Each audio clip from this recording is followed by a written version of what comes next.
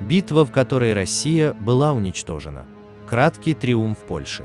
Одна из самых провальных битв русской истории состоялась в самом начале 17 века, когда смутное время уже давно шагало по стране, собирая щедрую жатву. В июле 1610 года русская армия отбросила польские войска от Москвы и выступила к Смоленску, прибывавшему под Пятой шляхты. На помощь русской армии идет шведское войско якобы де ла Гарди, намереваясь снять осаду Смоленска и изгнать интервентов. Самодовольные поляки с присущим им шапкозакидательским гонором отправили навстречу армиям свои части.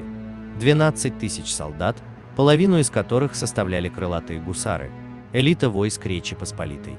Вера в успех была такой, что войску отдали всего 2 пушки на бой с целой армией врага.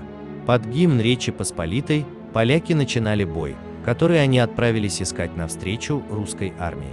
Почти 50 тысяч насчитывает русская армия, в которой почти 6 тысяч шведов, а также неучтенное число наемников из разных стран Европы, давно зарабатывавших на интервенции Речи Посполитой в Россию.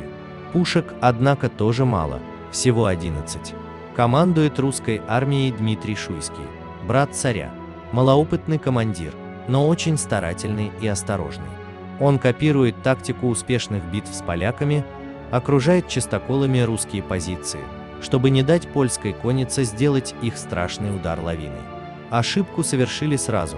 Передовой отряд русских ушел на 2 дня вперед, построил небольшой острожок и был тут же атакован подошедшими поляками. Чтобы не потерять весь авангард, русские заняли оборону в острожке сами, его окружили поляки, а подошедшему русскому войску теперь негде было укрыться. Но это не смутило русско-шведское войско. Видя огромное преимущество в численности, все были уверены в легкой и быстрой виктории.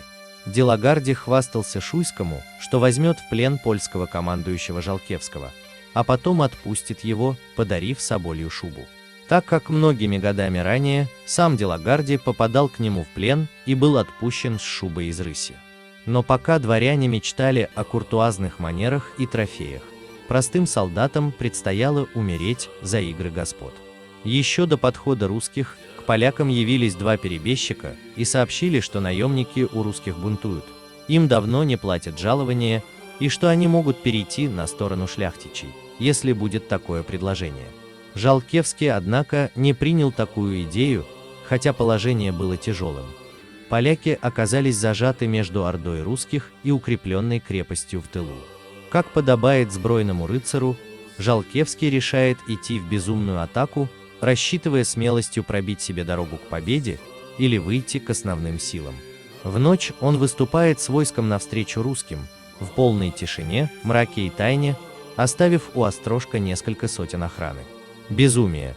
Поляки заблудились в болотах и топях, потеряли выданные им 2 пушки, растянулись на многие километры. Но в 4 утра вышли к спящему лагерю русских и шведов. Если бы поляки подошли кучно, они смогли бы вырезать все русское войско молниеносно, а так пришлось ждать несколько часов подхода всех частей, и все-таки их успели заметить. Спешно построив сонное войско де ла Гарди, прикрыл его плетнями, валежником и всем, что попалось под руку. А в это время на них уже летела первая конная линия крылатых гусар. Наемники и шведы рубились изо всех сил, в полутьме, мешая друг другу и отбиваясь как дьяволы. Поляки посылали около 10 линий, каждая из которых собирала свой урожай, но все же откатывалась назад, не в силах опрокинуть укрепления. А вот на другом краю де ла Гарди с ужасом наблюдал, как русские части рассыпались после первой же атаки поляков. Те поставили конницу впереди пехоты, забыв о страшной силе гусар и укреплениях. Поляки смяли русскую кавалерию, и та потекла назад, давя свою же пехоту. Московиты дрогнули, бежали в болото и окружающий лес, тщетно ища там укрытие от польских пик и сабель. Раненый лежал ключевой руководитель, практик, воевода Бутурлин. Андрей Голицын, отвечавший за фланг, бежал с остатками своих в лес и вышел к Шуйскому уже как чудом спасшийся. А тот спешно окружал свой лагерь оградой и превращал деревню, где стояли войска, в укрепленную крепость. Поляки захватили русские пушки, и, развернув их, ударили по Делагарде и остаткам его армии наемников.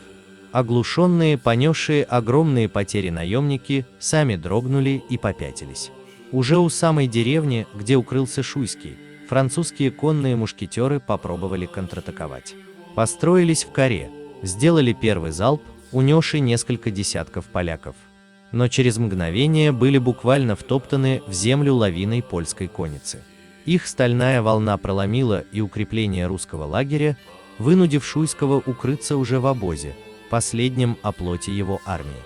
У леса поляки добивают наемников, окружив их в кольцо, но особенно не усердствуя. В обозе остатки армии Шуйского молча ждут своей участи, не решаясь стрелять при таком разгроме. Нет даже старших офицеров. Они погибли или сбежали. Шуйский шлет гонца к Делагарде с требованием явиться на помощь, на что получает ответ, что ему самому понадобится помощь или он отправится на небеса. К тому же его наемники взбунтовались и не хотят воевать, пока им не заплатят. Шуйский отправляет несколько человек, которые начинают прямо на поле боя раздавать деньги наемникам, лишь бы те воевали. Шведы, получив свою часть, отчего-то медлят. Видя такую картину, английские и французские наемники, которым денег не досталось, просто отнимают сумки у гонцов. А затем в лагере Шуйского их соплеменники просто начинают грабить русский обоз. Ведь все равно проиграли. А в это время шведы и Делагарде молча выходят из окружения и без единого выстрела врага присоединяются к полякам. Оказалось, что Жалкевский предложил шведам свободу, если те не будут сопротивляться, и Делагарде, получив русскую плату, счел дальнейшие взаимоотношения утомительными. Видя такой позор, остатки русской армии в обозе побежали. Шуйский истерично требует разбросать вокруг меха и драгоценности из его казны, чтобы поляки замедлили преследование, начав собирать сокровища. И бежит сам в первых рядах. Ему удалось спастись, даже потеряв лошадь. Других русских поляки гнали многие километры, нещадно рубя.